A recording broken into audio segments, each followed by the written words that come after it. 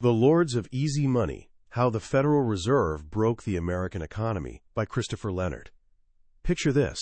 A man wakes up early in a Washington hotel room on November 3, 2010. As he shaves and adjusts his tie, there's a knot in his stomach that just won't go away. His name is Thomas Hoenig, president of the Federal Reserve Bank of Kansas City, and in just a few hours, he'll walk into one of the most powerful rooms on the planet to cast a vote that absolutely nobody wants him to cast. Here's the thing, though. He knows he's going to lose. 11 other committee members are going to vote against him, but he has to do it anyway. He has to say no. Why? Because what's about to happen, he's convinced, will send the American economy down a path it can never come back from. He believes it's going to make the ultra-rich even richer, while leaving everyone else behind, create massive bubbles in the market, and build a house of cards so delicate that one strong breeze could bring the whole thing crashing down. He's about to vote against a policy that will quietly shape the next decade of your life, earning its architects a rather ominous nickname, the Lords of Easy Money. Today we're diving into Christopher Leonard's fascinating book, The Lords of Easy Money. This isn't your typical dry finance book. It's actually a secret history of the last decade, revealing how a small group of unelected officials at America's central bank tried to rescue the economy after the 2008 crash, and may have accidentally broken it in the process. Here's my promise to you. By the end of this journey, you're going to understand the invisible machinery that's been driving our economy. You'll finally get why the stock market can skyrocket while regular people struggle to pay rent, why buying a house feels impossible, and why our entire financial system feels like it's constantly teetering on the edge of disaster. This is the story of a man who saw it all coming, and the powerful people who refused to listen. These decisions made in a quiet boardroom over a decade ago are still affecting your life right now, and they're going to keep shaping your future for years to come. To really understand why that no vote in 2010 mattered so much, we need to rewind and look at the life experiences that shaped Thomas Hoenig. His story is, in many ways, the story of modern America itself. He grew up in a small Iowa town, working in his dad's plumbing shop. This wasn't a world of spreadsheets and abstract theories. This was a world where things either worked or they didn't. If you didn't fit a pipe correctly, it leaked.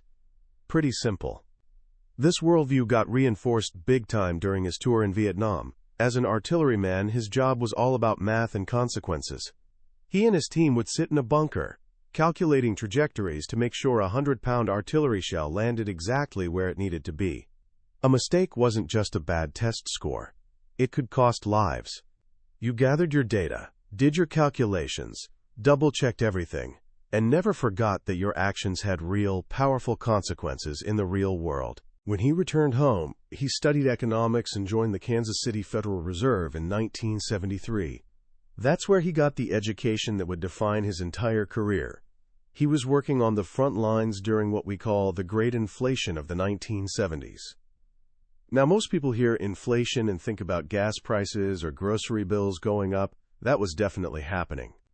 But Hoenig witnessed something more dangerous, what the legendary Fed chairman Paul Volcker called inflation's close cousin, asset inflation.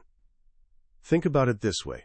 There are two kinds of things you can buy: consumer goods, like a sandwich, which you eat and it's gone, and assets, like a house, stocks, or gold, which hold their value over time. During the 70s, the Federal Reserve kept interest rates low, trying to jumpstart the economy. This made borrowing money cheap. And what did people do with all that cheap borrowed money? They bought assets. In Hoenig's part of the Midwest, it was farmland. Farmers borrowed cheap money to buy more land. This pushed land prices up. Rising land prices made other people want to borrow money to buy land, pushing prices even higher. The same pattern was playing out with oil wells in Oklahoma and commercial real estate everywhere. It created this self-feeding loop, an asset bubble. The bankers making these loans weren't worried at all. The collateral backing their loans, the farmland, the oil wells, was going up in value every single year. On paper, everything looked totally safe. Hoenig and his fellow examiners would warn the bankers that their loans were getting too risky, but the bankers would just point to those rising prices. How do you argue with numbers that keep going up? This was Honig's first crucial lesson. Cheap money, left cheap for too long, doesn't just make bread cost more. It inflates asset prices to levels that can't possibly last. Then, in 1979, the music stopped. Paul Volcker, the new Fed chairman with his trademark cigars, arrived with one mission: kill inflation. He did it by cranking interest rates up to punishing levels, from 10% all the way to 20%. He slammed on the brakes as hard as anyone possibly could. And those asset bubbles that had been growing for a decade, they burst violently. Farmland prices collapsed, oil prices collapsed, and the banks that had made all those supposedly safe loans started failing, one after another. Honig, now a vice president in the supervision department, had the heartbreaking job of deciding which banks lived and which ones died. He watched up close as the Fed's policies, made in Washington years earlier, destroyed lives and communities across the heartland. He saw the devastation on the faces of bankers whose families had been in business for generations, now losing everything. He never forgot who was really responsible. It wasn't just greedy bankers, it was his own institution. The Federal Reserve had created the perfect conditions for disaster by keeping money too easy for too long. He learned about something economists call long and variable lags. Basically, the Fed's actions today don't show their true effects for months or even years. Like firing an artillery shell, you pull the trigger and then you wait to see where it lands. If you keep firing without waiting to see the results, you create total chaos. This period also gave birth to a phrase that would define the next 40 years of American finance: too big to fail. A small, reckless Oklahoma bank called Penn Square had sold billions in risky oil loans to Continental Illinois, a giant Chicago bank. When Penn Square collapsed, it threatened to take Continental down with it. The government realized that letting a bank that massive fail would trigger a domino effect, potentially bringing down hundreds of other banks. So they stepped in with a massive bailout. The precedent was set. If you were big enough and important enough on Wall Street, different rules applied to you. The government wouldn't let you fail. Honig carried these hard-earned lessons with him when he became president of the Kansas City Fed in 1991 and joined the Federal Open Market Committee, the group that sets interest rates. He served under the legendary Alan Greenspan, the guy everyone called the Maestro. Under Greenspan, a new philosophy took over at the Fed. Instead of trying to prevent asset bubbles from forming, which is hard and unpopular because everybody loves a rising market, the Fed would just focus on keeping consumer price inflation low. And if an asset bubble did burst, no problem, the Fed would just clean up the mess afterward by cutting interest rates and flooding the system with money. This approach became known as the Greenspan put. In finance, a put is basically insurance, a safety net under an asset. Wall Street came to believe that the Fed had placed a giant safety net under the entire market. If things got really bad, the Fed would always show up to the rescue. We watched this playbook run twice, first with the dot-com bubble of the late 90s.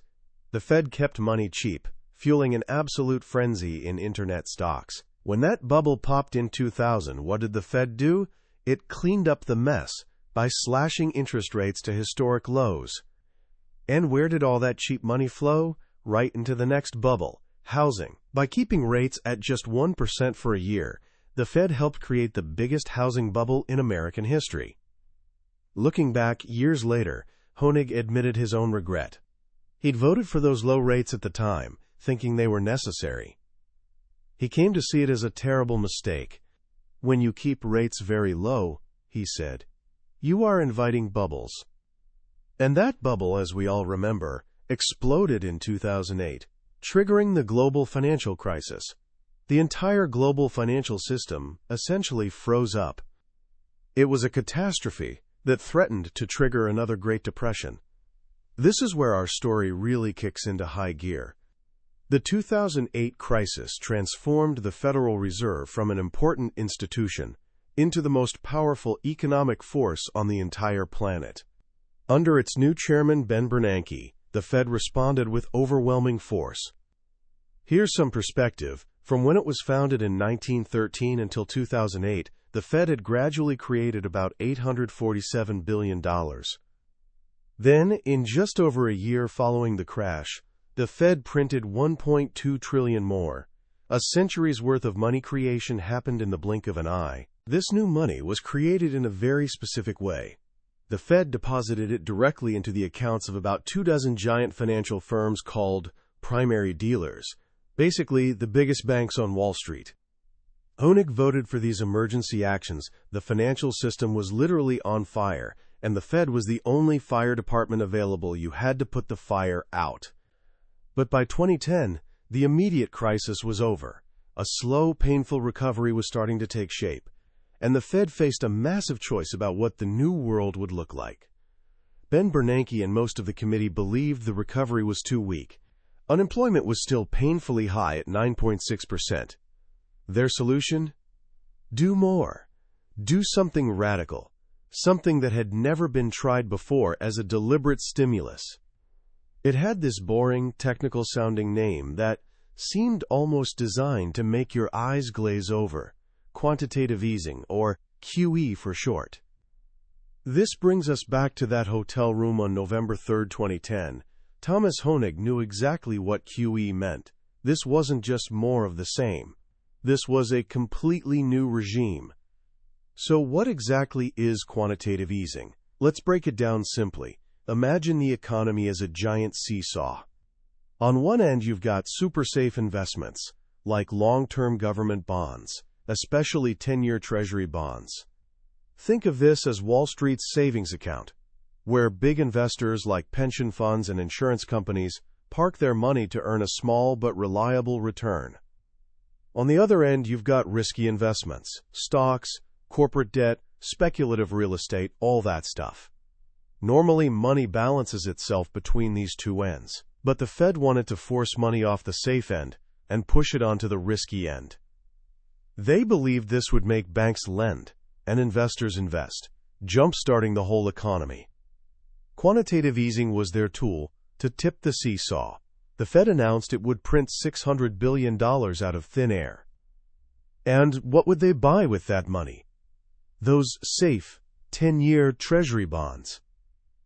By buying them up, the Fed was essentially taking away Wall Street's savings account.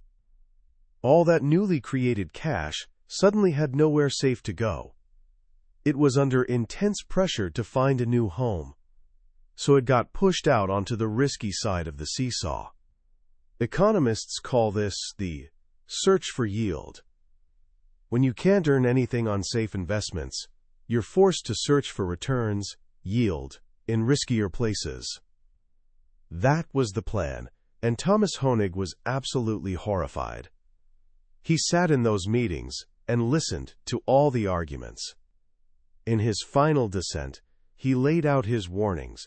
They read like prophecies that would come true with chilling accuracy over the next decade. First, he warned that QE would create what he called a dangerous allocative effect. This wasn't a neutral policy. It was government action choosing winners and losers. The winners would be the small group of people who owned assets, stocks, bonds, real estate. As all this new money searched for a home, their asset prices would skyrocket. The losers would be the vast majority of Americans living on paychecks, trying to save money. Their savings accounts would earn basically nothing. The policy, he argued, would dramatically widen the gap between the rich and everyone else. Second, he warned that this search for yield would fuel new, dangerous asset bubbles. It would push Wall Street into wilder and riskier behavior, creating exactly the kind of financial bubbles that had caused the 2008 crisis in the first place. And third, maybe most importantly, he warned that QE would be like a military quagmire. Once you start, it's nearly impossible to stop. The markets would become addicted to the flow of easy money. The moment the Fed tried to pull back, markets would throw a tantrum, forcing the Fed to turn the money spigot back on. "We will chase an open-ended commitment, I think," he said in that final meeting. His colleagues listened politely, and then they voted. The final count was 11-1. Respectfully, no. Honig said. And just like that, the age of zero interest rate policy and quantitative easing began. The decade that followed was one of the strangest in American economic history. Just as Honig predicted, asset prices absolutely soared. The stock market went on one of the longest bull runs ever recorded. But the benefits weren't shared equally. The top 1% of Americans, who owned most of these assets, saw their wealth explode. Meanwhile, the middle class kept falling further behind.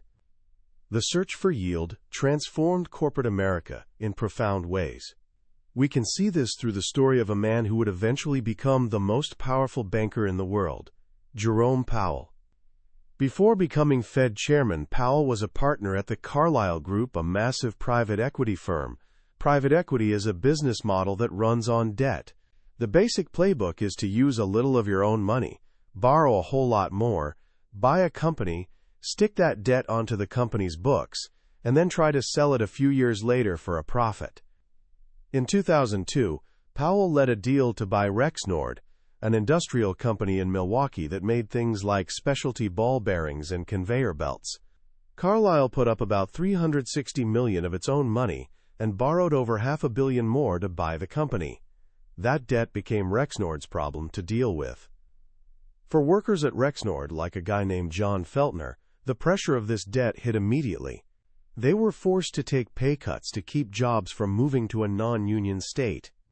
In 2006, Carlyle sold Rexnord to another private equity firm, Apollo, for $1.8 billion. The deal made Powell and his partners incredibly wealthy. Rexnord, though, it was now buried under even more debt. This is where the story connects directly to the Fed's policies.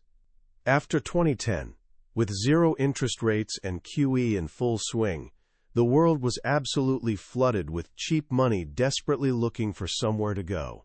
This was a golden age for private equity and corporate debt. Wall Street banks like Credit Suisse built an assembly line for this debt.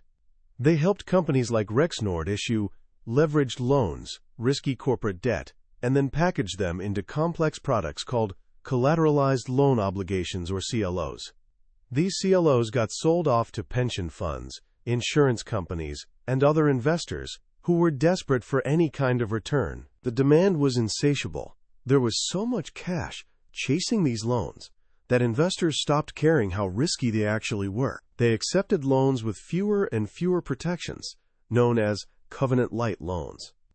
The amount of this risky corporate debt exploded from under $300 billion in 2010 to over $600 billion by 2018. For a company like Rexnord, this meant that managing debt became more important than actually making things. Instead of investing in new factories or research, the company focused on financial engineering. It used its cash to buy back its own stock, which boosts the share price and executive pay. And it obsessed over cutting costs. In 2016, Rexnord announced it was closing its Indianapolis ball bearing factory and moving 300 jobs to Mexico, where workers earned about $3 an hour. The move would save the company $15 million a year. One worker who lost his job was John Feltner. His pay at Rexnord was about $60,000 a year. After getting laid off, he eventually found a maintenance job at a hospital, earning $46,000. He was sliding down the economic ladder. Meanwhile, the year the plant closure was announced, Rexnord's CEO earned $1.5 million. The next year, $12 million, mostly in stock awards. This was the allocative effect Honig had warned about, playing out in real life. The Fed's easy money policy was creating incentives that rewarded financial engineering over real investment, and asset owners over wage earners. Jerome Powell, who'd made his fortune in this world, eventually joined the Fed's Board of Governors in 2012. Ironically, he became one of the most vocal internal critics of QE. He could see the bubble forming in the corporate debt market he knew so well. "My sense is," he said in a 2013 meeting, "that we are blowing a fixed-income duration bubble right across the credit spectrum." He worried the Fed wouldn't be able to exit its policies without causing a crash. He was right. In 2013, When Ben Bernanke just hinted that the Fed might slow down its bond purchases, the market absolutely freaked out. It got called the taper tantrum. Bond rates spiked, and markets tumbled. The Fed quickly backed down. Honig's quagmire was real. The market was completely hooked. When Jerome Powell became Fed chairman in 2018, he tried to end the experiment. He was the insider who understood the risks better than anyone. He started slowly raising interest rates and reversing QE, a process called normalization, and the market immediately started falling apart. 2018 was a year of chaotic ups and downs. Stocks fell, corporate bonds fell, oil prices fell. The system built on a decade of easy money started cracking the moment that easy money was threatened. President Trump, who'd previously called the stock market a big, fat, ugly bubble, now attacked Powell relentlessly on Twitter, demanding he cut rates. By the end of the year, Powell faced a choice: keep normalizing and risk a full crash, or give up. In January 2019, he gave up. He announced the rate hikes were over. The reversal was so sudden, Wall Street gave it a name: the Powell pivot. The Fed put was back. The message was crystal clear: the Fed would not allow asset prices to fall too far. The experiment with normal was finished. The lords of easy money were back in control. The system was now more fragile than ever, and that fragility got exposed in September 2019 in a corner of the market nobody really talks about: the repo market. The repo market is essentially a giant overnight pawn shop for Wall Street. Firms pawn their treasury bonds for cash to cover their short-term needs. The interest rate on these loans is usually tiny, around 2%, but one September morning the rate suddenly rocketed to 10%. The system had frozen solid. There was a desperate shortage of cash. Why? Because hedge funds had been using the repo market to make massive, leveraged bets. When a temporary cash crunch hit, the whole system seized up. This was a fire alarm blaring in the heart of the financial system.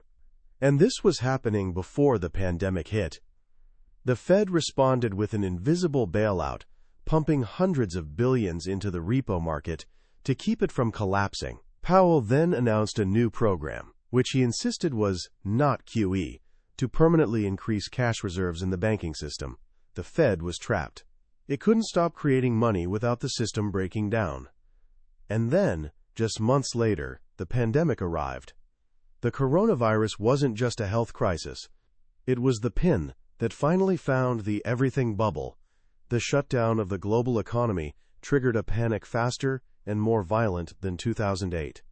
Everyone, everywhere, wanted to sell everything and just hold cash. Even the market for U.S. Treasury bonds, literally the safest asset on earth, froze up. On Sunday, March 15, 2020, Jay Powell and the Fed unleashed the most staggering financial intervention in human history.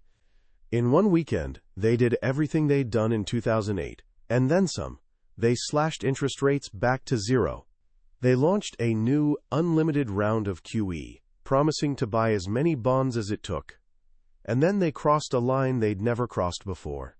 They announced they'd start buying corporate debt, including, for the first time ever, junk bonds. The Fed put was now explicit. The central bank was directly backstopping not just the government bond market, but the risky corporate debt market too. In about 90 days, the Fed created $3 trillion. It was as much money as they'd created in the first 100 years of their existence. This money bomb worked. The panic stopped. The stock market, which had crashed 30%, reversed course and began one of the most ferocious rallies in history. It hit new all-time highs before the year was even over, even while millions of Americans were losing their jobs. The owners of assets were bailed out, completely and almost instantly. But what about Main Street? Congress passed the CARES Act, a $2.2 trillion relief package. It included direct payments to families and the Paycheck Protection Program to help small businesses. But this system was clunky and unequal. The Fed's Main Street lending program, designed to help mid-sized businesses, was a spectacular failure, lending out only a tiny fraction of what it was supposed to. The money flowed where the financial plumbing was pristine, to Wall Street and large corporations. It trickled through a leaky, neglected system to everyone else. The pandemic and the bailout that followed laid bare the two Americas that a decade of easy money had created. An asset economy that got bailed out and boomed, and a wage economy that was left to struggle. As we step back and look at the story Christopher Leonard tells in The Lords of Easy Money, the central lesson is both simple and profound. In our attempt to solve every economic problem by hosing it down with newly created money, we haven't actually solved the problems. We've just kicked them down the road, making them bigger and more dangerous. The Fed's policies since 2008 have been a grand bargain. The deal was this: we'll accept rising inequality and the risk of massive asset bubbles in exchange for avoiding the short-term pain of a deep recession. For a decade, it looked like the bargain was working. The stock market boomed and we avoided another Great Depression. But the bill for that bargain is starting to come due. We've created an economy that's addicted to 0% interest rates and constant intervention. It's an economy that can't stand on its own 2 feet anymore. This story isn't about pointing fingers at evil bankers or corrupt politicians. It's about understanding a system of incentives. When money is free, it changes how everyone behaves. It encourages debt over savings, speculation over genuine investment, and financial engineering over real innovation. It rewards the people closest to the money spigot, the banks, the private equity firms, the asset owners, while the value of a hard-earned dollar slowly erodes for everyone else. So what can you, as someone navigating this strange economic world, take away from all this? First, learn to see the two economies. There's the real economy of jobs, wages, goods, and services. And then there's the asset economy of stocks, bonds, and real estate. The Fed's policies have had a much bigger impact on the asset economy. Understanding this distinction will help you make sense of a world where the stock market can hit record highs while unemployment is also skyrocketing. Second, value financial literacy more than ever. This book is a masterclass in why understanding debt, assets, and how money gets created isn't some abstract academic exercise. It's a fundamental survival skill for navigating the world we live in. Learn about these things not to become a Wall Street trader, but to become an informed citizen who understands the forces shaping your life. And finally, remember the story of Thomas Honig. His dissents in 2010 weren't just about economic models or theories. They were about character. They were a warning about the long-term consequences of short-term thinking. He reminds us that the easy path is rarely the right one, and that true wisdom lies in considering not just the immediate benefits of our actions, but their long and variable lags, the echoes they'll leave for years to come. The world created by the Lords of Easy Money is the world you're inheriting. Understanding where it came from is the first step toward building something better. That was a summary of The Lords of Easy Money by Christopher Leonard. We've really only scratched the surface today, but hopefully it's given you a new lens for viewing the world. A summary is a map, but the book itself is the actual journey. The real power comes from sitting with the stories, like John Feltner losing his job at Rexnord, and truly understanding the human cost behind these massive economic decisions. This summary is here to help you decide if this is a journey worth taking. If anything we've talked about today has sparked your curiosity, I really can't recommend grabbing a copy enough. Reading it isn't just about learning facts. It's about opening your eyes to the invisible systems running our world. You can find a link to the book in the description below. Also, if you found this summary valuable and want to keep exploring the powerful ideas hidden on the billionaire's bookshelf, please hit that like button and subscribe to the channel. It lets me know we're on the right track, and make sure you won't miss our next deep dive into another life-changing book. Let's keep learning and growing together.